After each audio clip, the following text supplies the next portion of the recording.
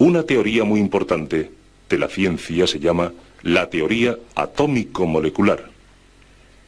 Esta teoría nos ayuda a entender la materia. Definimos la materia como algo que tiene peso y ocupa espacio.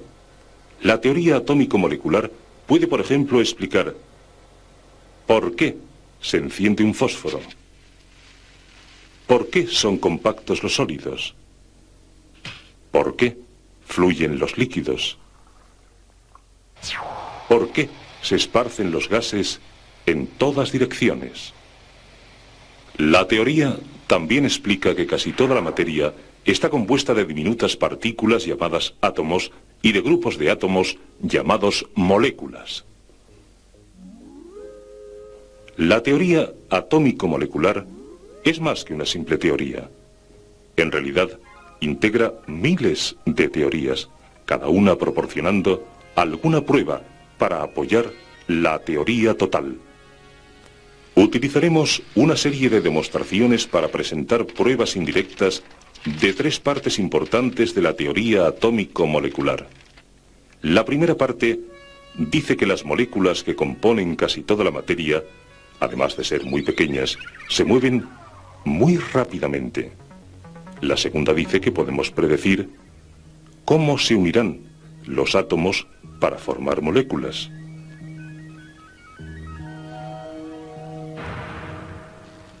Y la tercera explica que a veces los átomos actúan como lo hacen a causa de la electricidad.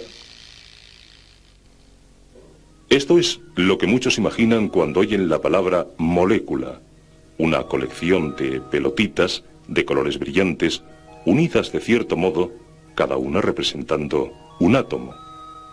A veces es mejor pensar en las moléculas así como millones de diminutas partículas en rápido movimiento. Puede parecer extraño pensar que algo tan grande y pesado como este puente no sea más que una colección de partículas veloces, pero así define la materia la teoría atómico-molecular. Sabemos que las moléculas son tan pequeñas que aún las de mayor tamaño son casi invisibles a través de los microscopios más potentes del mundo.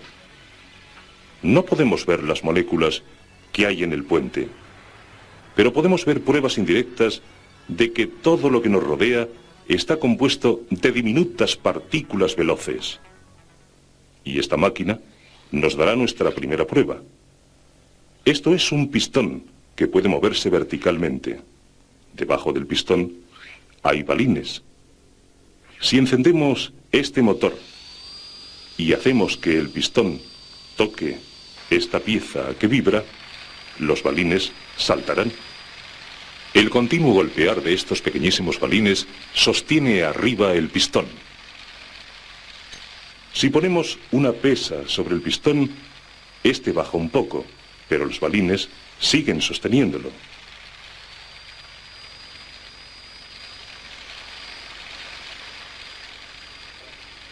Parece que un continuo golpear de pequeños objetos puede sostener un objeto mucho más grande. Aquí tenemos otro cilindro con pistón, pero este pistón no tiene balines debajo. Impulsaremos aire bajo el pistón y sellaremos la válvula para que el aire no pueda escapar. ¿Qué sostiene el pistón ahora? Solo hay aire debajo de él, pero actúa igual que el otro pistón cuando lo golpeaban los balines. Algo que no vemos sostiene el pistón. Ciertamente, parece que el aire está compuesto de diminutas partículas mucho más pequeñas que los balines, y que esas partículas están golpeando el pistón y sosteniéndolo. El nombre que le damos a estas partículas es moléculas. Veamos ahora otra prueba indirecta. Aquí las canicas son mucho más pequeñas y ligeras que la esponja, pero si hay suficiente número de ellas, y si se mueven con suficiente rapidez, pueden empujar la esponja. En otras palabras, muchos objetos pequeños y veloces pueden empujar un objeto grande. Tengámoslo en cuenta al ver la próxima demostración. Con este aparato podemos atrapar el humo de un fósforo en una cámara y luego examinar el humo con un microscopio. Los puntos brillantes son partículas de humo aumentadas en tamaño 100 veces. ¿Qué las hace moverse? ¿Qué las impulsa? Este movimiento browniano, como se le llama, lo causan las diminutas moléculas de aire que empujan las moléculas de humo. Igual que las canicas empujaron la esponja.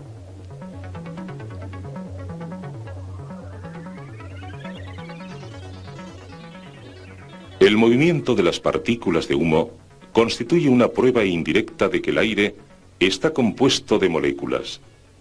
El aire es un gas. ¿Qué hacen los líquidos? El agua parece salir del grifo en un chorro continuo, pero la teoría atómico-molecular dice que toda la materia se compone de moléculas, así que debe ser posible hallar pruebas de la función de las moléculas en el agua. Esta sustancia química está compuesta de diminutos trozos de materia demasiado pequeños para verlos en microscopio. Mezclando un poco de la sustancia química con agua y poniendo la mezcla sobre el portaobjetos del microscopio, podremos ver lo que ocurre dentro de la gota de agua.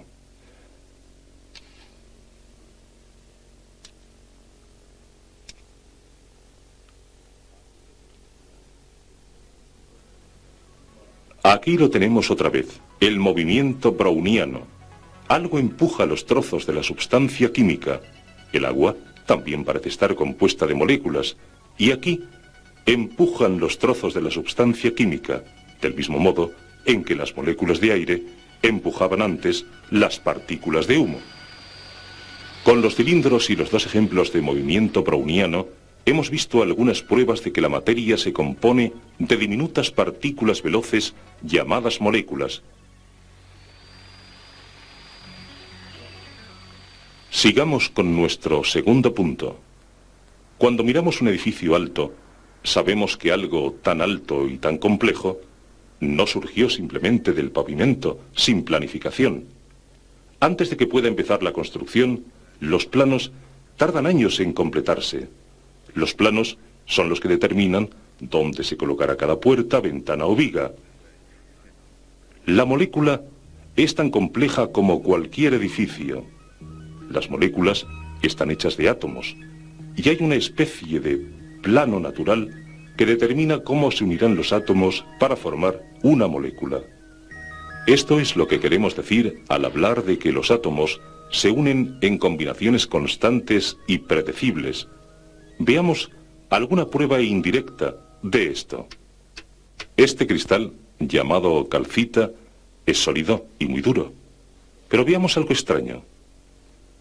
Si lo golpeamos ligeramente con una cuchilla, se parte uniformemente.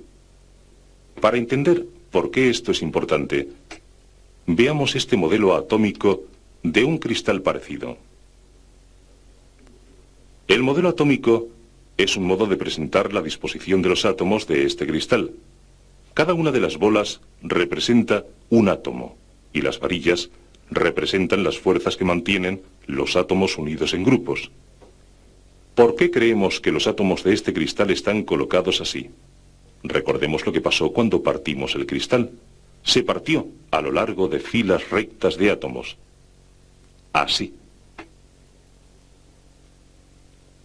Si el cristal no estuviera compuesto de átomos, o si estos no estuvieran colocados en filas rectas, no sería tan fácil partir un metal tan duro.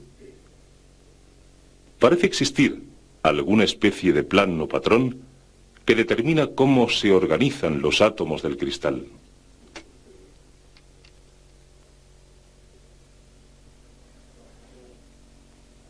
Veamos más pruebas.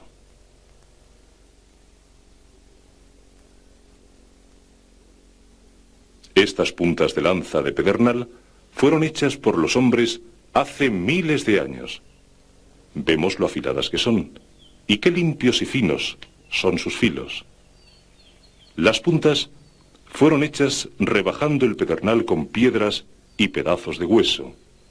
Sin saberlo, las personas que hicieron las herramientas de pedernal lo cortaban por las filas rectas de átomos. Podían predecir cómo se partiría el pedernal, porque los átomos se unen en él en combinaciones constantes y predecibles.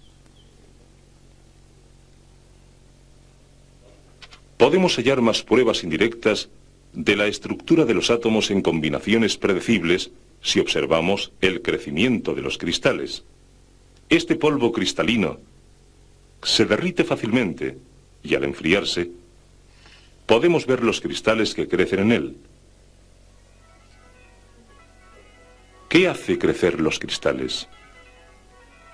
Supongamos que hay diminutas partículas suspendidas en el líquido en que flotan los cristales y que estas partículas son del material básico del que está hecho el cristal.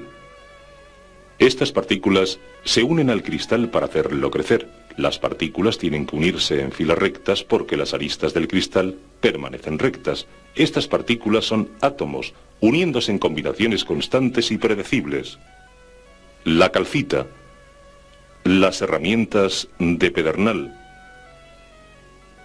y el crecimiento de los cristales nos han mostrado alguna prueba de que existe un patrón natural que determina cómo se unen los átomos para formar moléculas. La teoría atómico-molecular dice que la electricidad es una parte importante de este patrón.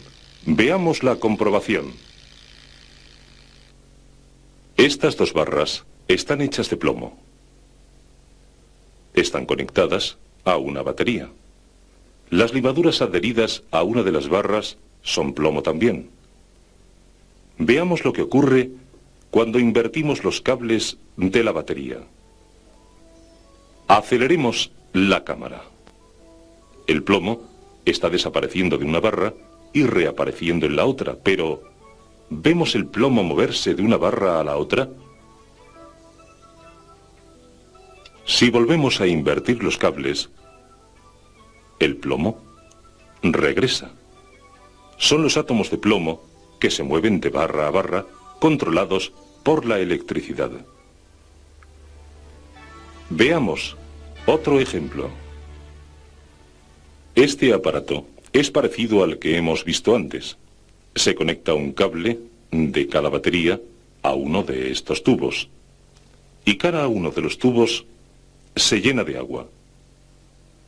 Al aplicar electricidad, comienzan a formarse burbujas en los tubos.